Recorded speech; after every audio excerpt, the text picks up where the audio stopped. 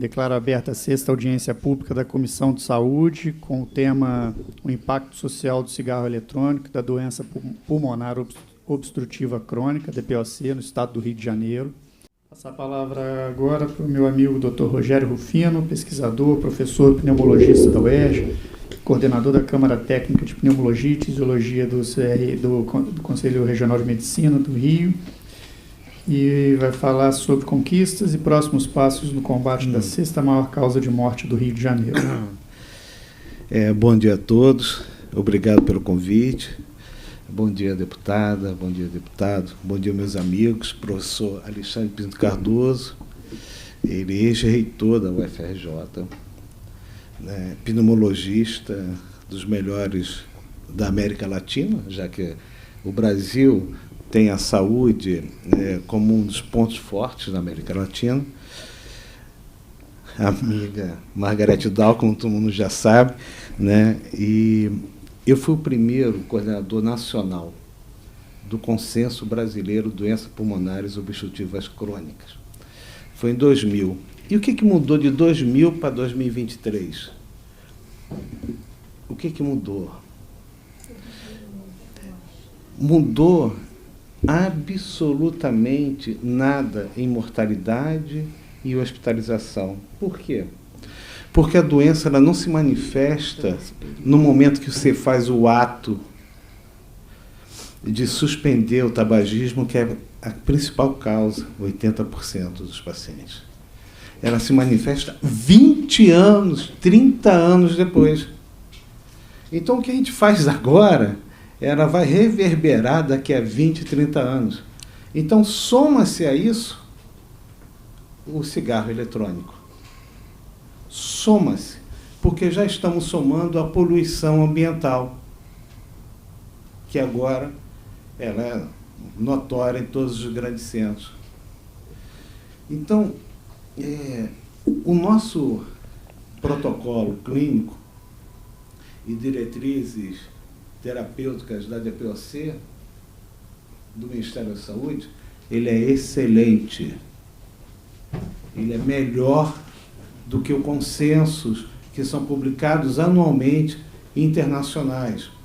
Ele é mais fácil de ser compreendido e ele é mais fácil de ser usado. Mas não é isso, não é pela capacidade do Ministério da Saúde de desenvolver grandes protocolos. Não é isso que nós estamos falando. Nós estamos falando de política pública mesmo. Não existe no estado do Rio de Janeiro, no município da cidade do Rio de Janeiro, em quase nenhum município do estado do Rio de Janeiro, uma política pública de conscientização frequente no ensino básico, ensino fundamental. Nós não assistimos nada na televisão de propagandas do governo, fora da época de campanha, que isso já é um outro momento, mas nós estamos falando agora, de incentivo à suspensão do tabagismo, mas mais que do tabagismo, deixando claro para a população que assiste televisão, agora é muito complexo, porque tem TV aberta, TV fechada, tem gente que nem olha mais TV aberta, então isso cabe aos comunicólogos entenderem isso, esse universo, e tentar auxiliar, né, as políticas públicas. Então, o primeiro passo, nós conseguimos reduzir de 40% a 10% o número de tabagistas no Brasil. Mas, como uma doença de 20, 30 anos, nós ainda estamos com alta taxa de hospitalização e mortalidade.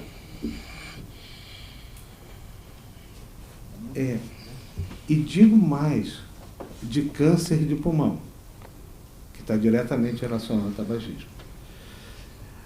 O cigarro eletrônico, ele é uma novidade. Então, dentro da novidade, ele não é a novidade protetora. Nunca foi, porque você inala uma quantidade de fumaça quente para vias aéreas. Já chimarrão, você bebe água quente, né? Não é isso.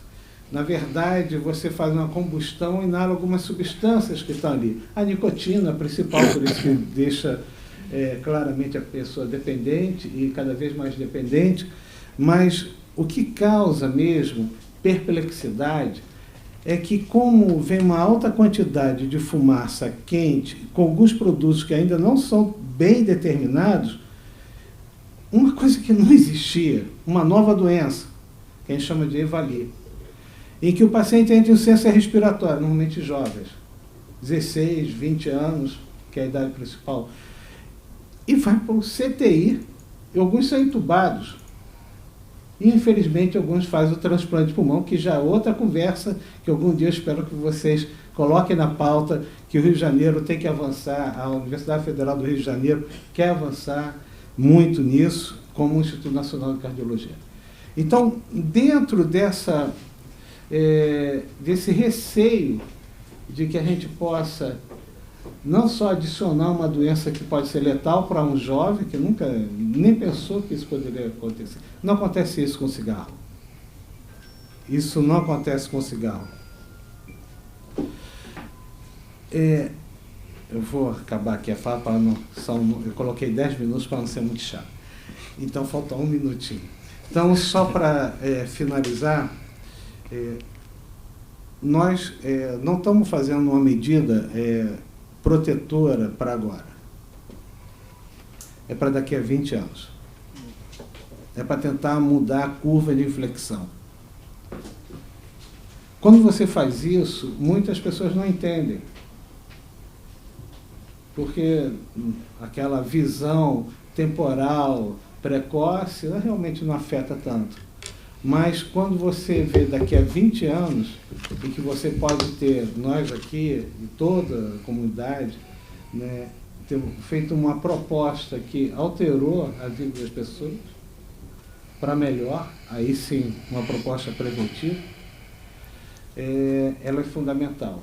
Nós temos que ser a defesa intransigente contra o tabagismo, nós temos que ser a defesa intransigente contra a vacinação para essa população de idosos e que tem doença pulmonar obstrutiva crônica, para prevenir as infecções que agravam e só vai agravando. Então, a defesa é intransigente. A defesa não pactua com a mentira ou com a falsidade ou os falsos dados. É difícil falar isso, porque daqui a pouquinho vem uma porção de mensagem no seu, em tudo quanto é lugar, né, te ofendendo de todas as formas, que é assim que funciona agora a rede social. Mas a defesa é intransigente, não tem volta.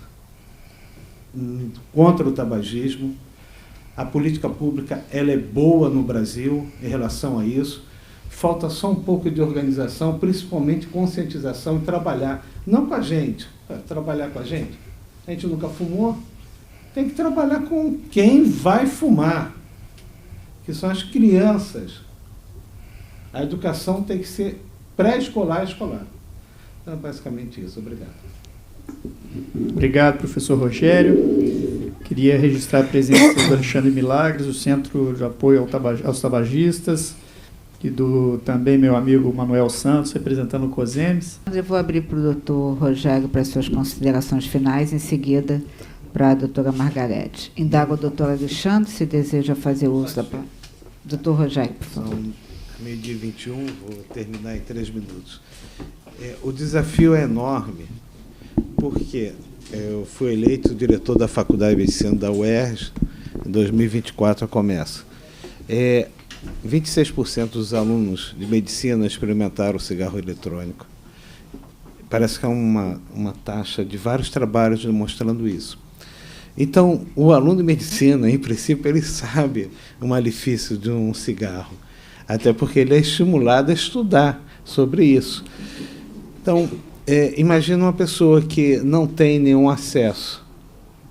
Então, eu acho excelente as campanhas, que tem que entrar com a Secretaria de Educação, né, para ser bem qualificada, né, essas campanhas, e elas devem, claro que o cigarro é uma das áreas que vocês atuam, mas eu acho que a gente tem que atuar no pré-escolar e no escolar, e treinar os professores, capacitar os professores. Não adianta chamar um pneumologista para ir lá um dia tem que ser o corpo docente, ele tem que estar preparado, e isso é muito difícil, né? Demanda recurso, como foi bem dito. Primeiro, eu parabenizo a vocês por esse evento. Falar em saúde pública significa falar em vida, né? Todos nós vimos na época da Covid.